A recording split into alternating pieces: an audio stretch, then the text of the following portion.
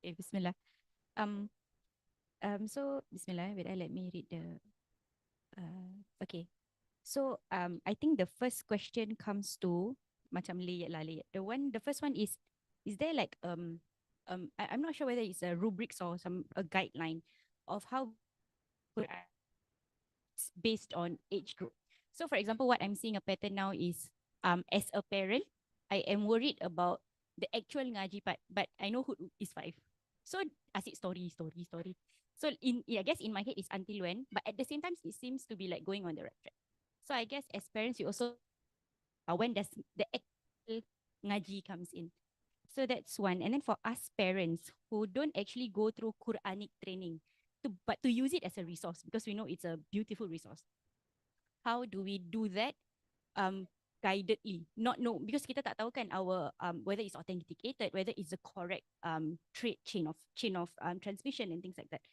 Which then goes to my last question, which is like for us homeschoolers, and there's always this. I have heard feedback from people, not from this community, alhamdulillah, but like from people outside, lah, like naysayers, like that. Macam, uh, so ideal on controlling the environment because the goal is to nurture and to protect for as long as we can before they go to the outside world. Then they will know the outside world. So how sure are you that will not end up macam oh, shackles loose, do whatever I can? Because it has happened according to some stories. How we get this gently, beautifully, inshallah that will happen.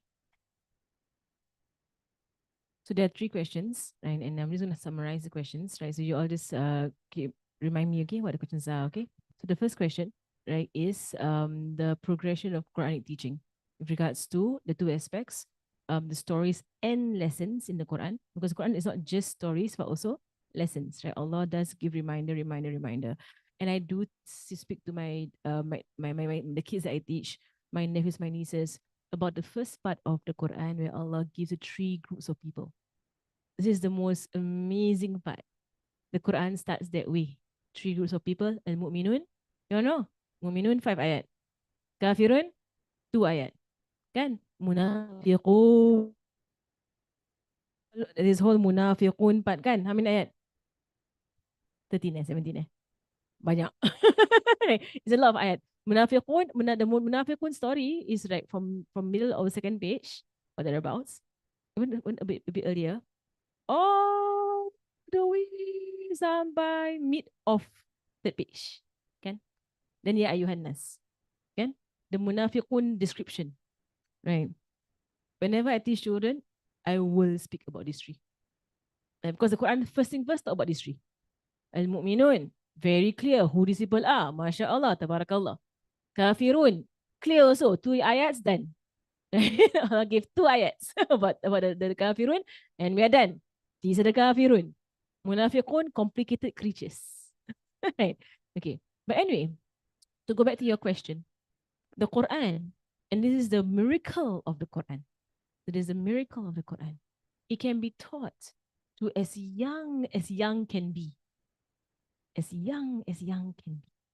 Right? So okay, with regards to small children. Okay, I'm gonna break the age groups, okay? Right. So inshallah this covers our entire syllabus, the whole thing.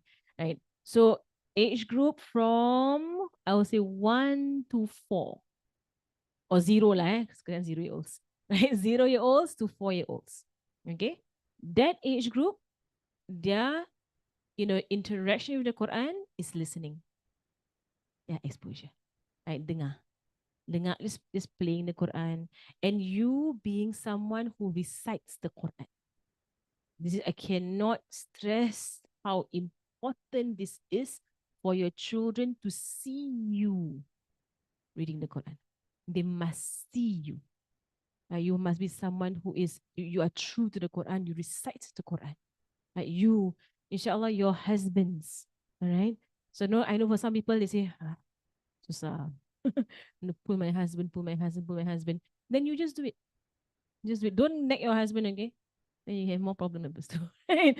And you do right? But it's so from I was from 0 to 4, 0 to 4. the most important thing, they must know there is Quran. They must see the ta'zimization of Quran. That you place the Quran high. That you recite a beautiful voice, raise your voice, recite beautifully as far as you can. Play the Quran right in the house. Right? Sometimes when they're playing with their toys whatsoever, it's okay when they're playing the toys to play the Quran in the background. As long as you're not talking over the Quran. I don't talk over the Quran. Right? The hukum is at least one person must dengar. At least one person must be listening to the Quran. Okay? You lah. You are the one. Uh, so you are the one listening. You are the one listening. All right. But in a sense, if you're doing like silent play, quiet play, like quiet play, the building blocks, couple, they're doing their own thing. Right? Have the Quran. Right. So this is 0 to 4. Okay, 0 to 4. Of course, at 3 or 4, they can understand stories. They can. So you take stories that that would suit them. They're able to get it. Okay.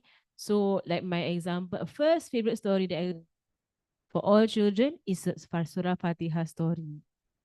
You know anak Surah Fatihah story? Ustazah told this story 3 years ago lah. In Ramadan. You were only small little girl. You're 5 year old. Yeah, 3 years ago. 2023. How old were you? 2023.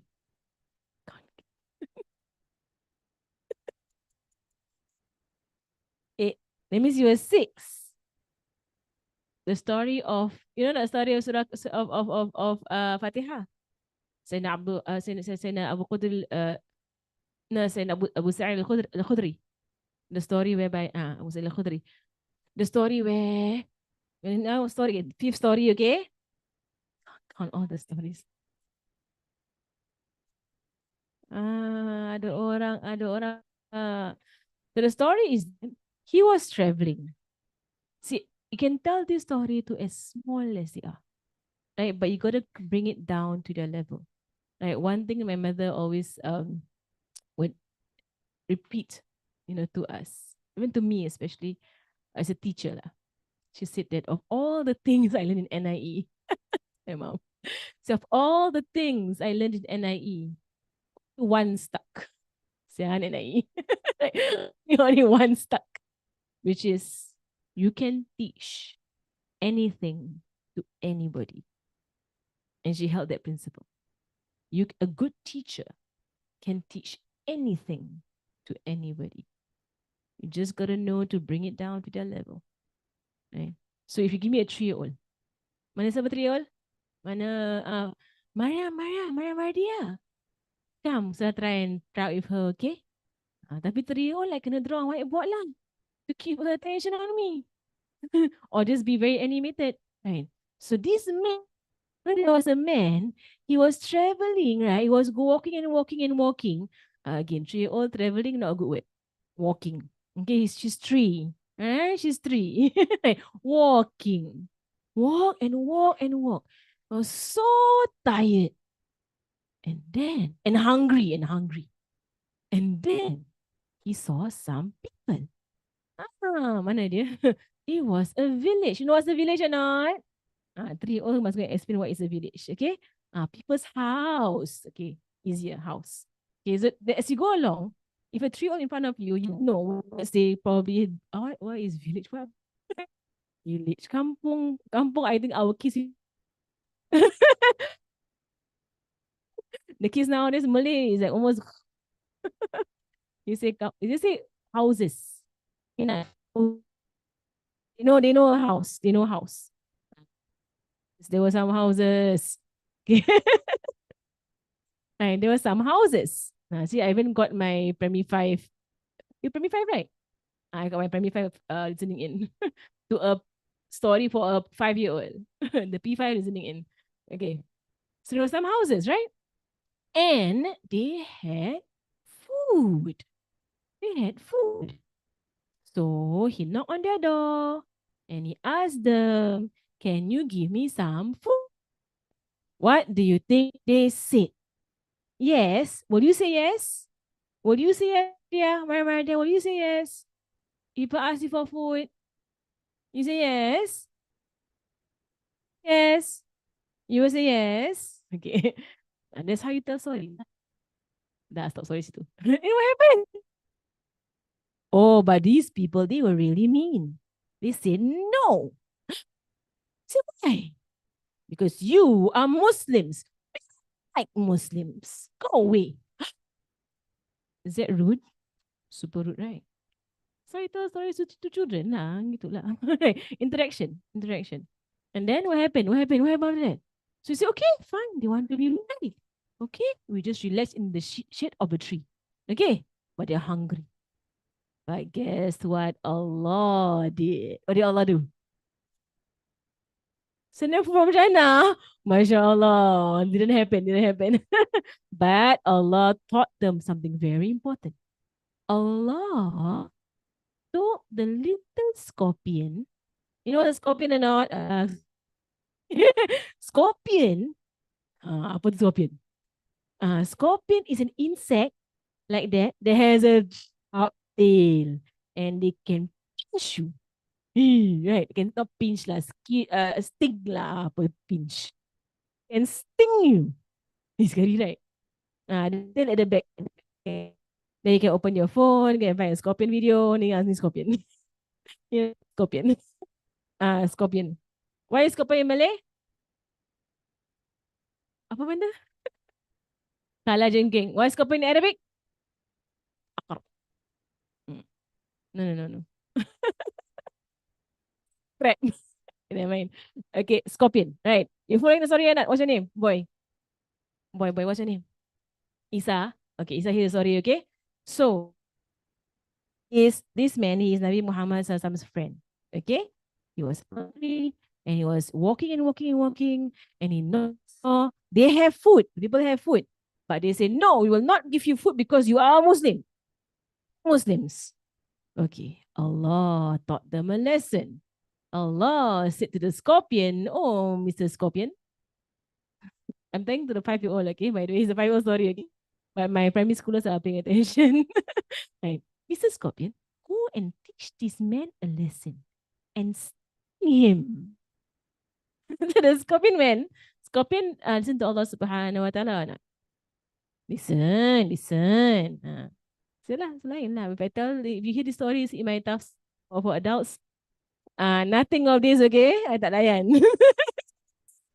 Children, yes, yes. Scorpion went there to the chief or the king, and stung him. A big fat sting. Big fat sting. Big fat sting. And the king shouted, everybody could hear. What was the king? They say, the king cried. Scorpion sting me. Who's gonna help me? Then they cry baby, right? Kesian king. Cry. Okay. On the story apa? Dah. Ini dah, it will take a lot of time. So anyway, tak payah, this is not a kids class. Then what happened? I have a lot of disappointed faces right now. How to tell hood later? Oh no. Okay, long story short, I can't do this for the entire lesson. Right? But for kids, okay, you can actually stay that you can really stretch this story. If I tell adults, I'll take 5 minutes.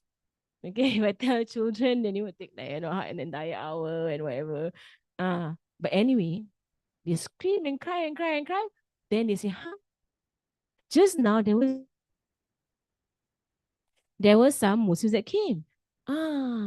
They are the followers of this man named Muhammad, who is a prophet, right? Sallallahu alaihi wasallam. The Quran. He was sent the Quran. Let's ask them if they have any ideas what to do.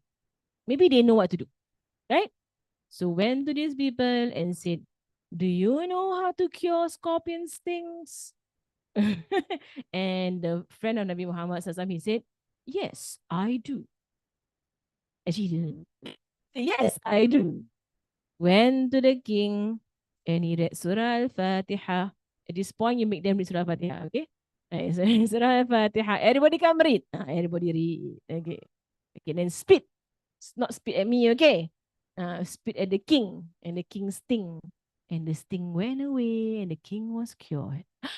And they were so amazed. They said, wait. At first, the man said, before the man spent, I can cure your king, but you must pay me.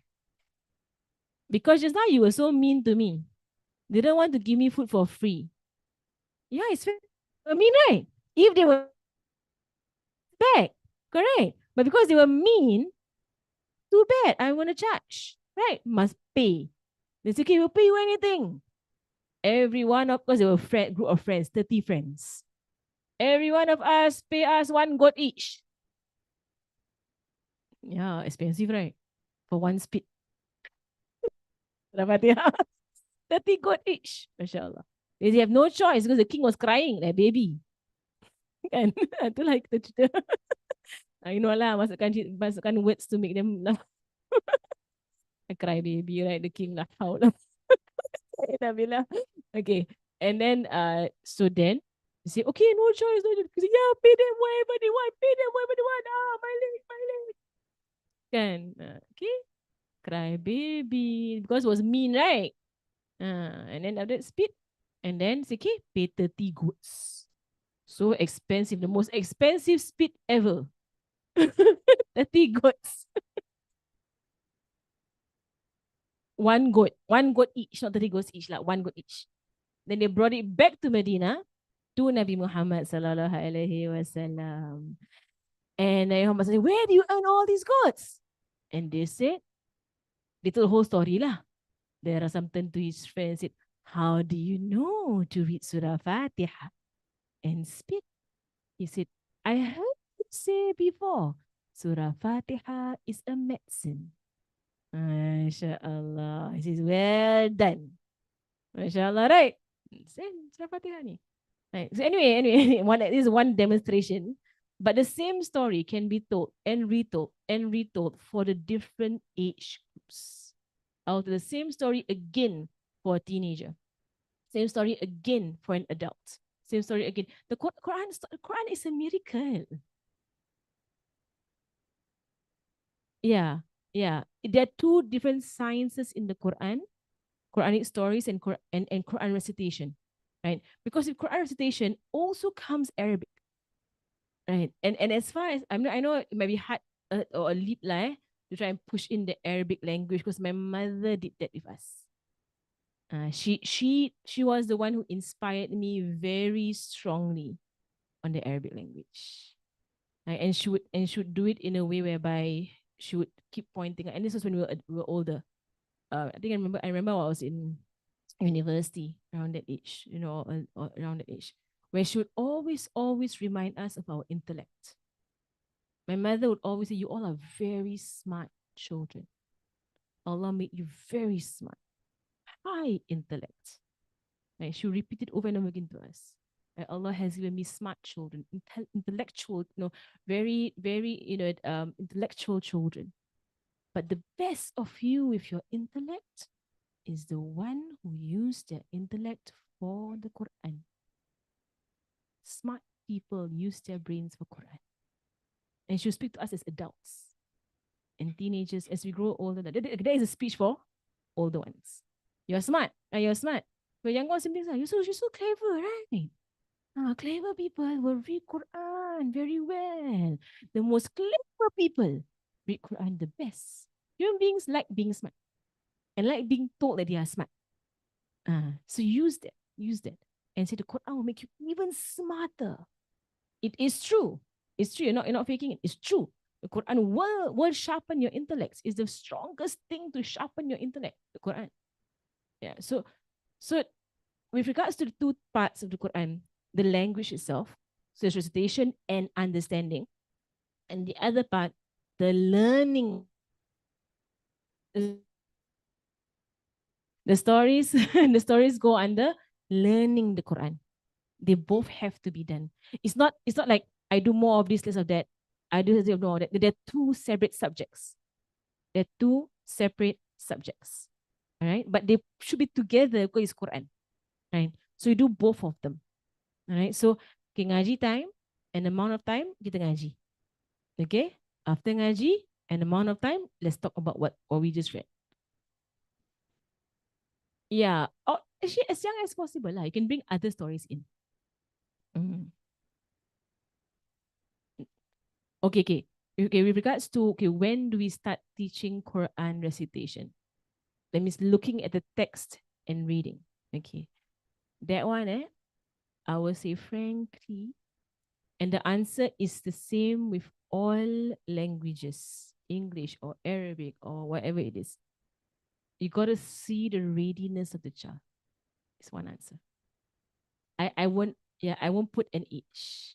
Some children by 5 they're ready.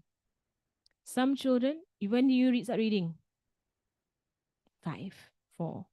Some children, some boys especially, and you must differentiate. 3, mashallah. And really, there is there are statistics behind this. Girls tend to start younger. Those of you have boys and girls. Right? Girls tend to start younger. Boys sometimes till 8 or 9. That is why if you try and push them at 5 years old, they will hate it. They will hate it. It's like you're trying to force them into something, and they're like, oh, I don't want, I don't want, I don't. But girls, why am I girls? Like, mashallah. So I will say, because to physical reading of the ngaji sama, you need to ease them into it. Right? It's a tailored process, but don't leave it too late lah. Right? I would say by 7, 8, right? Maximum 8, right? In a sense, you can't let him go up to 10, 11, and he still don't know how to ngaji. No, right? 7, but really, I mean, every child is different when it comes to reading. And those of you who have more than one children, you will notice this. As you compare your boys and girls, don't compare your boys and girls. And please don't compare your boys and girls. My mother told me before that my auntie was my mother's mother, because she had a lot of grandsons. She has 5 girls. And she has grandsons, a lot of grandsons, my auntie.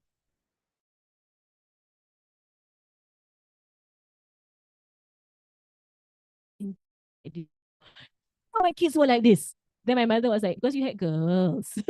You never had boys. Nila, boys. Nila, boys. I had 5 boys. You have described to me boys. It's a different ball game, boys? Different ball game. Mashallah, boys are boys.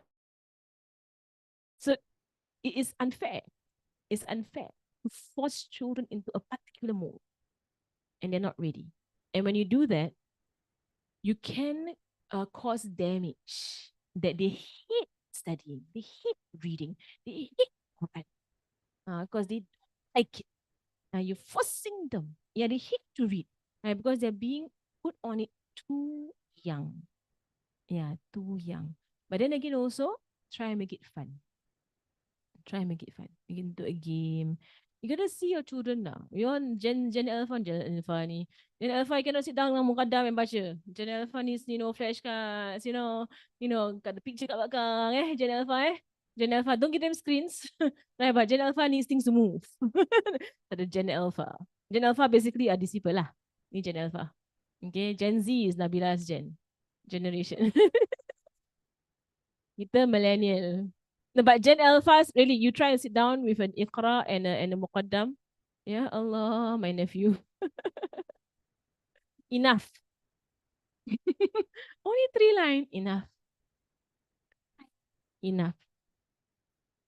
3 line. Bila nak habis ni?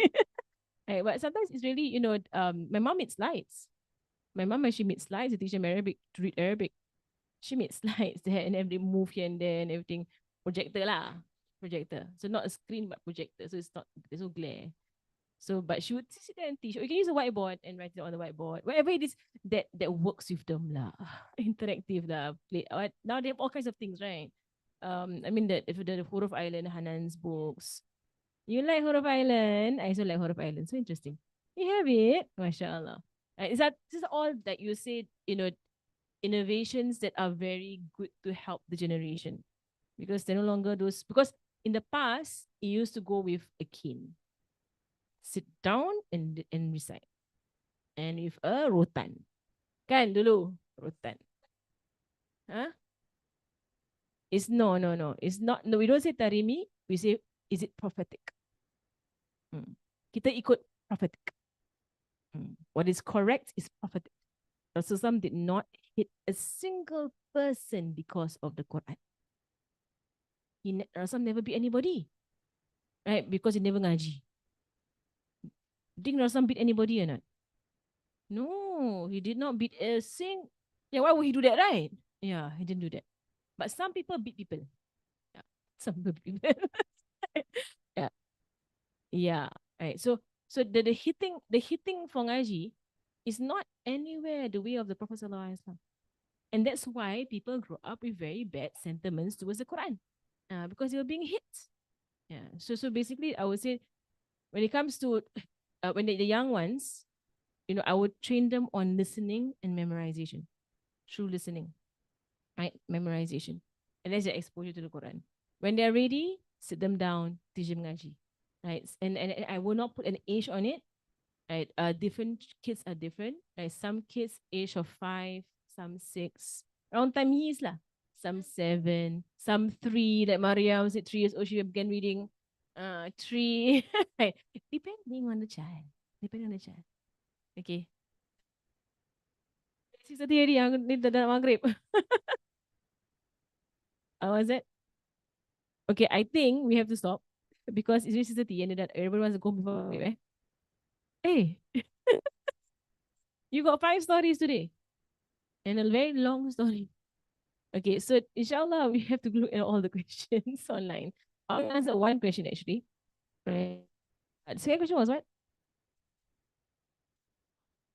Those who are not equipped to use the Quran as a resource. For example, um, that is why you must go for classes lah. You must go for classes as adults. Develop yourself, improve yourself, right? Get to know teachers, right? Get the numbers of teachers, right? So you have direct connection and ask them, right? Most asatiza that I know, inshallah, it is our job to respond to people when you ask questions, inshallah. Right? Right? So in a sense, they're more than happy to respond to you. Like if ask an ustazah who is like Ustaz Marja, for example, like which qari do you recommend, that kind of thing. You gotta ask people who know. Right? And then they'll give you a name, they'll say this shaykh is quite good. So it's quite good, they'll tell you. The point, you need a teacher to guide you. Islam, you need a teacher to guide you. A teacher to guide you. Last question was about sheltering your children. Right. I will answer next lesson, inshallah. Not a long answer. It's a very long answer. Sheltering, but the short answer is don't listen to what these people say. You do shelter your children because you are building their taqwa. Not because you can forever shelter them. No. You are sheltering them because you're trying to build their taqwa. There is the similitude to that is a nursery.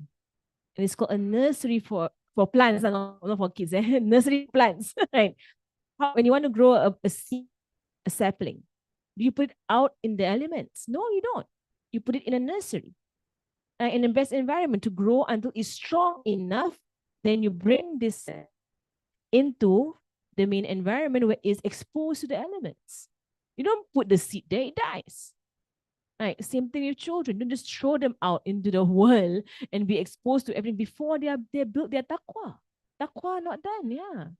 Taqwa must be built. And they will be exposed to it. Yes, they will. But you want that at the point they're exposed, the taqwa has been built. Foundation. Inshallah. This is a short answer. Okay. Okay, guys, subhanallah wa bihamdika. وأتوب إليك بسم الله الرحمن الرحيم العصر إن الإنسان لفي خسر الذين آمنوا بالصالحات وتواصوا بالحق وتواصوا الفاتحة نويت من النافع الفاتحة